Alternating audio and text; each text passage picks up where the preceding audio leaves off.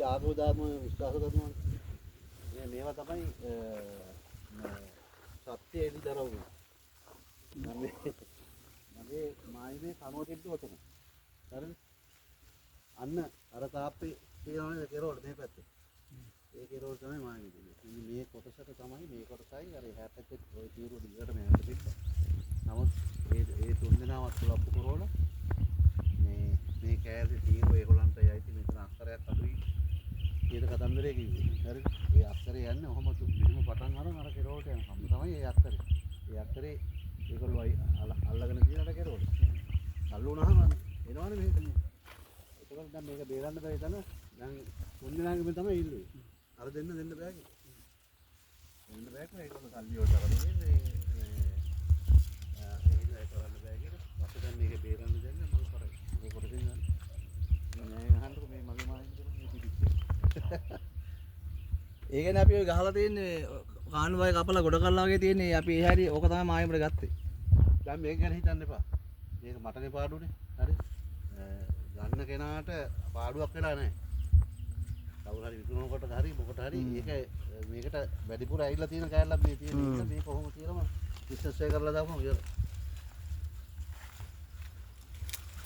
අතුලේ මන්නේ තියෙන්නේ. ඔව්. ඕක මේ පැහැදිලි කරලා මිස් නහිම මේ කියන්නේ.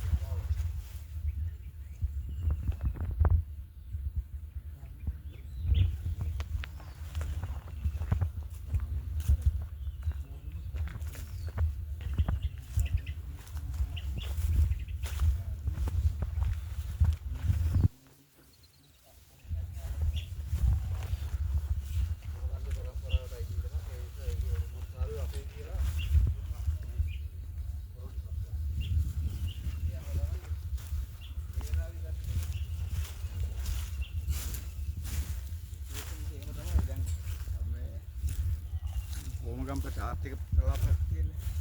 ආර්ථික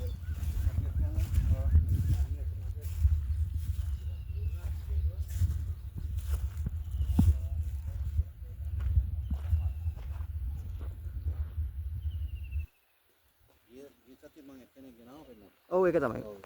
මම ඩොකියුමන්ට් ටිකක් දැම්මනේ. ඒ ටිකක් දාලා ආයෙ එනවා. ආයෙ එනවනේ. කොහොම හරි මේක මෙයා කරලා දාමු බලන්න.